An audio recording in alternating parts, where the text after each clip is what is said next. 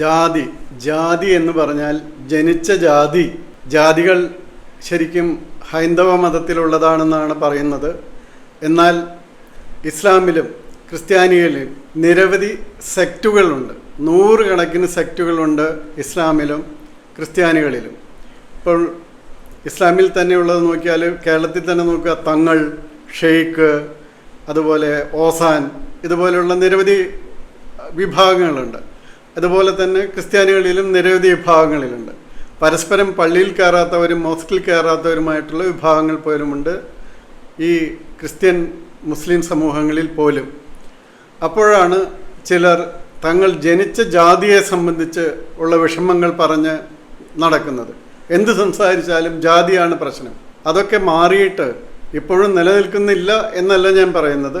പക്ഷെ അതിൻ്റെ തീവ്രതയെല്ലാം വളരെയധികം മാറി. അത് തികച്ചും പ്രസക്തമല്ലാത്ത ഒരു സ്ഥിതിയിലേക്ക് മാറി ഏകദേശം എത്തിയിട്ടുണ്ട് എന്ന് പറയാം. ഇപ്പോൾ ശബരിമലയിൽ മേൽശാന്തിയായിട്ട് നമ്പൂതിരി ബ്രാഹ്മണനെ വേണം എന്ന് പറയുന്നുണ്ട്. ഗുരുവായൂർ മേൽശാന്തിയായിട്ട് നമ്പൂതിരി ബ്രാഹ്മണനെ വേണം എന്ന് പറയുന്നുണ്ട്. മറ്റു ക്ഷേത്രങ്ങളിൽ എനിക്ക് തോന്നുന്നില്ല അങ്ങനെ ഏതെങ്കിലും ഒരു ഡിമാൻഡ് വയ്ക്കുന്നുണ്ട്. ഏത് ഹിന്ദുമതത്തിലെ ഏത് ജാതിയിൽ ജനിച്ചവരും തന്ത്രശാസ്ത്രങ്ങൾ പ്രോപ്പറായിട്ട് പാസ്സായിട്ട് വന്നിട്ടുണ്ടെങ്കിൽ അത് സെലക്ഷൻ കിട്ടിയാൽ അവർക്ക് അവിടെ ശാന്തിയാകാം, യാതൊരു ബുദ്ധിമുട്ടുമില്ല. പിന്നെയുള്ള ജാതി എന്ന് പറയുന്നത് ജാതി മരമാണ്. അത് പ്രധാനമായിട്ടും തൃശ്ശൂർ ജില്ലയിലൊക്കെ കൃഷി ചെയ്യുന്ന ഒരു നട്ട്മഗ് എന്ന് ഇംഗ്ലീഷിൽ പറയുന്ന കാര്യമാണ്. അത് ആ ജാതിയാണുള്ളത്. ഇപ്പോൾ ഈ ജാതികളുടെ കാര്യം എടുക്കുകയാണെങ്കിൽ തന്നെ ഇപ്പോൾ വളരെ എന്താ പറയുന്നത്, സോക്കാൾഡ് ജാതിയുടെ കാര്യം പറഞ്ഞ് വിഷമിച്ചിരിക്കുന്ന ആൾ എൻ്റെ ജനിച്ച ജാതി മാറ്റാൻ പറ്റുന്നില്ല എന്ന് പറയുന്ന, ഇപ്പോൾ കലാഭവൻ മണിയുടെ കാര്യം എടുത്തു നോക്കുക. അദ്ദേഹത്തിനെ സംബന്ധിച്ചിടത്തോളം അദ്ദേഹം വളരെ താഴ്ന്ന സ്ഥിതിയിൽ എല്ലാം കൊണ്ടും സാമ്പത്തികമായിട്ടും എല്ലാം കൊണ്ടും അങ്ങനെ ജനിച്ച ഒരാളാണ്. പക്ഷേ വളരെ വലിയ കഴിവുകൾ, അത് മിമിക്രി രംഗത്ത് മാത്രമല്ല, സിനിമാ രംഗത്ത് മാത്രമല്ല, ഒരുപക്ഷെ മലയാള പൈതൃകമായിട്ടുള്ള ഗാനശാഖയെ പുനരുജ്ജീവിപ്പിച്ച ഒരാൾ എന്നുകൂടി പറയാൻ നമുക്ക് കഴിയുന്ന ഒരാളാണ് കലാഭവൻ മണി.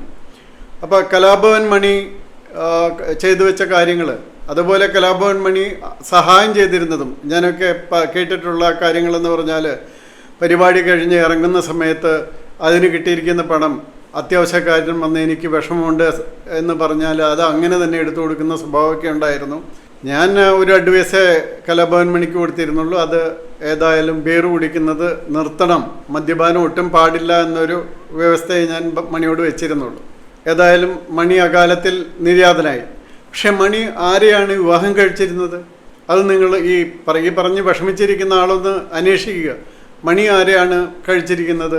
ഇപ്പോൾ വിജയനുണ്ട്, ഫുട്ബോളർ അദ്ദേഹത്തിന് ജാതി ഏതെങ്കിലും വിധത്തിൽ ബാധിക്കുന്നുണ്ടോ? എനിക്ക് തോന്നുന്നില്ല ഏതെങ്കിലും വിധത്തിൽ ബാധിക്കുന്നുണ്ടെന്ന്. അദ്ദേഹത്തിൻ്റെയും ജീവിതം നോക്കുക, അതൊന്നും ബാധിക്കുന്നില്ല. പിന്നെ ഉണ്ടായിരുന്ന 3 പ്രധാന MP MLA മാർ മന്ത്രിമാരായിരുന്നവരെ കാര്യം നോക്കുക. ശ്രീ കൊടിക്കുന്നിൽ സുരേഷ്, എത്രയോ എനിക്ക് തോന്നുന്നു ലോകസഭയിലെ ഏറ്റവും സീനിയറായിട്ടുള്ള MP ആണ് ശ്രീ കൊടിക്കുന്നിൽ സുരേഷ്. ഇപ്പോൾ 1989 ഞാൻ കൊല്ലം SP ആയിരിക്കുന്ന സമയത്താണ് അദ്ദേഹം ആദ്യമായിട്ട് ഇലക്ഷന് നിൽക്കുന്നത്. അപ്പോൾ 89 മുതൽ MP ആയിരിക്കുന്ന അതിൽ ഒരു പ്രാവശ്യമോ മറ്റോ അദ്ദേഹം തോറ്റിട്ടുള്ളൂ. ബാക്കി എല്ലാ തവണയും ജയിച്ച ഒരാളാണ് ശ്രീ കൊടിക്കുന്നിൽ സുരേഷ്. അദ്ദേഹം ആരെയാണ് കല്യാണം കഴിച്ചിരിക്കുന്നത്? അദ്ദേഹത്തിൻ്റെ സഹധർമ്മിണി ആരാണ് എന്ന് നോക്കുക. അതുപോലെ തന്നെ ശ്രീ പന്തളം സുധാകരൻ, അദ്ദേഹം MLA ആയിരുന്ന ആളാണ്, മന്ത്രിയായിരുന്ന ആളാണ്. അദ്ദേഹത്തിൻ്റെ സഹധർമ്മിണി ആരാണെന്ന് നോക്കുക. അതുപോലെ മാർക്സിസ്റ്റ് പാർട്ടിയിൽ വളരെ വിജയം നേടിയ ഒരാളാണ് ശ്രീ ശിവരാമൻ.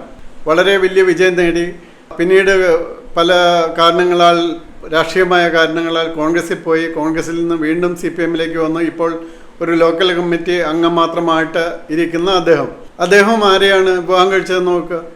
അപ്പോൾ അങ്ങനെ ഒരു തടസ്സങ്ങളുണ്ടായിരുന്നെങ്കിൽ അവരുടെ വിവാഹങ്ങളൊക്കെ നടക്കുമായിരുന്നോ? ഇല്ലായിരുന്നല്ലോ. അപ്പോൾ അങ്ങനെയൊന്നുമില്ല. അത് ഇല്ലാത്ത കാര്യങ്ങൾ പറഞ്ഞുണ്ടാക്കാനായിട്ടൊരു ശ്രമം നടക്കുന്നുണ്ട്.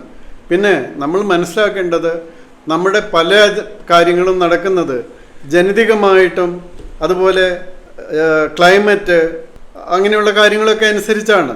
ഇപ്പോൾ നമ്മുടെ DNA പ്രകാരം നമ്മൾ കണ്ടുപിടിച്ചിട്ടുള്ള ഒരു പുതിയ കാര്യം എന്ന് പറയുന്നത്, ഇന്ത്യയിലേക്ക് ഈ ആര്യൻ ഇൻവേഷൻ എന്ന് പറയുന്ന ഒരു സംഗതി നടന്നിട്ടേ ഇല്ല എന്നുള്ളതാണ്. കാരണം മലയാളിയുടെ ഏതായാലും തമിഴിൻ്റെ ഏതായാലും പഞ്ചാബിയുടെ ഏതായാലും എല്ലാവരുടെയും DNA പരിശോധിക്കുകയാണെങ്കിൽ അത് 100% സെയിമാണ്.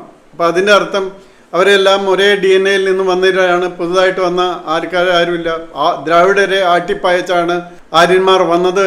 ആ ദ്രാവിഡരാണ് ദക്ഷിണേന്ത്യയിലുള്ളവർ എന്നൊക്കെ പറയുന്നത് തെറ്റാണെന്ന് ശാസ്ത്രീയമായി തന്നെ പ്രൂവ് ചെയ്തിരിക്കുന്ന ഒരു സമയമാണിപ്പോൾ. അപ്പോൾ അതുകൊണ്ട് ആ കാര്യത്തിലും നമ്മൾ ശ്രദ്ധിക്കേണ്ട കാര്യമുണ്ട്. ഇതുപോലെ ജനറ്റിക്കലായിട്ട് പല പാരൻസിൽ നിന്ന് കിട്ടുന്ന പല ഗുണങ്ങളുണ്ടാകും. അത് നേരെ പാരൻസിൽ നിന്നായിരിക്കണമെന്നില്ല. അതിൻ്റെ നിരവധി തലമുറകളിൽ പെട്ട ജീൻസ് ഡൊമിനൻ്റ് ആയിട്ട് ഏതെങ്കിലും വരികയാണെങ്കിൽ ആ ഡൊമിനൻ്റ് ജീൻസിൻ്റെ പ്രവർത്തന ഫലമായിട്ട് ഒരാൾക്ക് ചിലപ്പോൾ അച്ഛനും അമ്മയും ഉയരം കുറഞ്ഞതായിരിക്കാം, മകൾക്കോ വളരെ ഉയരമുള്ളതായിരിക്കാം. നേരെ മറിച്ചും സംഭവിക്കാം. അതുപോലെ ഇപ്പോൾ സച്ചിൻ തെണ്ടുൽക്കറുടെ കാര്യം എടുത്ത് നോക്കുക. അദ്ദേഹത്തിൻ്റെ അച്ഛനോ ആരെങ്കിലും ആ തലമുറയിൽപ്പെട്ട ആരെങ്കിലും നമ്മളറിയുന്ന കാലത്തോളം ഒരു ക്രിക്കറ്ററില്ലായിരുന്നു. പക്ഷേ തെണ്ടുൽക്കർ ഏറ്റവും നല്ല ക്രിക്കറ്ററായിട്ട് മാറി. അപ്പോൾ അതെങ്ങനെയാണ്? അത് സംഭവിക്കുന്നത് എങ്ങനെയാണ്? അപ്പോൾ അങ്ങനെയുള്ള ചില ജീൻസ് അറിയാതെ കിടക്കുന്നുണ്ടാകും. അത് ഏതെങ്കിലും കുട്ടിക്ക് കിട്ടുന്നു. അതനുസരിച്ച് അയാളുടെ ഡെവലപ്മെൻറ്റിനുള്ള ഒരു ബേസ് ഉണ്ടാകുന്നു. പിന്നീട് അതിനെ ഡെവലപ്പ് ചെയ്തെടുക്കുന്നു. ഇതുപോലെ കാലാവസ്ഥ. ഇപ്പോൾ തീർച്ചയായിട്ടും ഭൂമധ്യരേഖയോട് അടുത്ത് ഉള്ള ഭാഗങ്ങളിൽ താമസിക്കുന്നവർക്ക് കൂടുതൽ കറുത്ത നിറം ഉണ്ടാകും. കാരണം സൂര്യൻ്റെ രശ്മികൾ ഡയറക്റ്റായിട്ട് കൊള്ളുന്ന സ്ഥലങ്ങളാണ്. അതിന് വടക്കോട്ടും തെക്കോട്ടും പോകും തോറും അത് കുറഞ്ഞു വരികയും ഇപ്പോൾ ഈ തലമുറകൾ തന്നെ നിരവധി തലമുറകൾ മാറി താമസിക്കുകയാണെങ്കിൽ അവിടെ നിറം മാറുന്നു എന്ന് അമേരിക്കയിൽ താമസിക്കുന്ന ആഫ്രിക്കൻ അമേരിക്കൻസിൽ നോക്കിയാൽ തന്നെ നമുക്ക് മനസ്സിലാകും. അപ്പോൾ അതൊക്കെ ക്ലൈമറ്റിൻ്റെ ഭാഗങ്ങളാണ്. അതിന് ഇപ്പോൾ ഇരുന്ന് കരഞ്ഞിട്ട് യാതൊരു ആവശ്യവുമില്ലാത്ത കരച്ചിലാണ് അങ്ങനെ ഒരു പ്രശ്നം ഉണ്ടാക്കുന്നത്. അതായത് ഇതിൽ ജാതി സമ്പ്രദായം ഇപ്പോൾ ഞങ്ങൾ 10-68 വയസ്സായ എനിക്കൊക്കെ ഇല്ലാതിരുന്ന അവസ്ഥ ഇപ്പം അതിനുശേഷം 10-40 വർഷത്തിന് ശേഷം ജനിച്ചവർക്കൊക്കെ ഉണ്ടായി എന്ന് പറയുന്നത് അത് ഒരു പർവ്വതീകരണവും തെറ്റായ പ്രചരണവും മാത്രമാണ്. ഇനി അവതാരങ്ങൾ എടുത്തു നോക്കിയാൽ പോലും ശ്രീരാമനും ശ്രീകൃഷ്ണനും ഒക്കെ ജനിച്ചത് ഒരു നമ്പൂതിരി അല്ലെങ്കിൽ ബ്രാഹ്മിൺ ഫാമിലിയിലല്ല. അവരൊക്കെ ജനിച്ചത് ഒരാൾ ക്ഷത്രിയനായിരുന്നു, ഒരാൾ OBC ആയിരുന്നു, യാദവനായിട്ടാണ് വളർന്നത്. അപ്പോൾ കുലത്തിൻ്റെ അധിപനായിരുന്നു അല്ലെങ്കിൽ രാജാവായിരുന്നു. അപ്പോൾ അങ്ങനെയൊക്കെ ഉള്ളതാണ് നമ്മൾ മുഴുവനുമായിട്ട് കാണുന്നത്. അപ്പോൾ അതുകൊണ്ട് നമ്മൾ മനസ്സിലാക്കേണ്ട കാര്യം ഈ കരച്ചിലിൻ്റെ പുറകിൽ ഉള്ളത് ജെനുവനായിട്ടുള്ള ആവശ്യങ്ങളല്ല ചിലർ നടത്തുന്നത്. അത് ഈ സമൂഹത്തെ ഭിന്നിപ്പിക്കാൻ ആരോ പ്രേരിപ്പിച്ച് ആ ആവശ്യത്തിന് വേണ്ടി എപ്പോഴും ഈ ജാതി, എൻ്റെ ജാതി, ഞാൻ ജനിച്ച ജാതി മാറ്റാൻ പറ്റില്ല.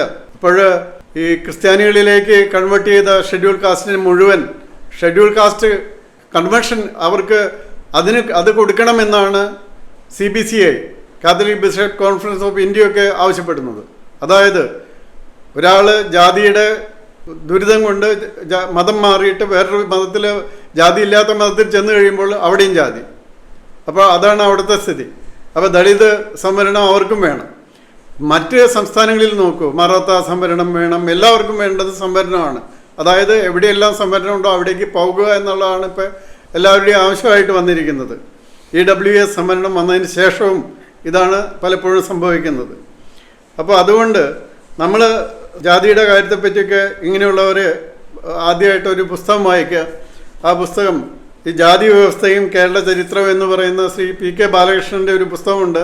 ആ പുസ്തകം വായിച്ചാൽ സാമാന്യം നന്നായിട്ട് മനസ്സിലാകും എങ്ങനെയാണ് ജാതി വ്യവസ്ഥ ഉണ്ടായെന്നും അത് എങ്ങനെയാണ് കേരളത്തിലുണ്ടായിരുന്നുള്ള കാര്യങ്ങളൊക്കെ കൃത്യമായിട്ട് മനസ്സിലാകും. അത് പറഞ്ഞിരുന്ന് ഇപ്പോൾ കരഞ്ഞ് അത് മറ്റ് ആരുടെയെങ്കിലും പെയ്ഡ് ഒരു ഏജൻ്റായിട്ട് നടന്ന് അതിനെപ്പറ്റി പറഞ്ഞ് എപ്പോഴും അത് തന്നെ പറഞ്ഞു നടക്കുന്നത് വളരെ തെറ്റായിട്ടൊരു കാര്യമാണ്. അതിൻ്റെ പേരിൽ ഇപ്പോഴുള്ള പാവം നമ്പൂതിരിമാരെയും മറ്റും തെറി വിളിക്കുന്നതിന് യാതൊരു കാര്യവുമില്ല. അതൊക്കെ നിർത്തിവെക്കുക എന്നാണ് എനിക്ക് പറയാനായിട്ടുള്ളത്.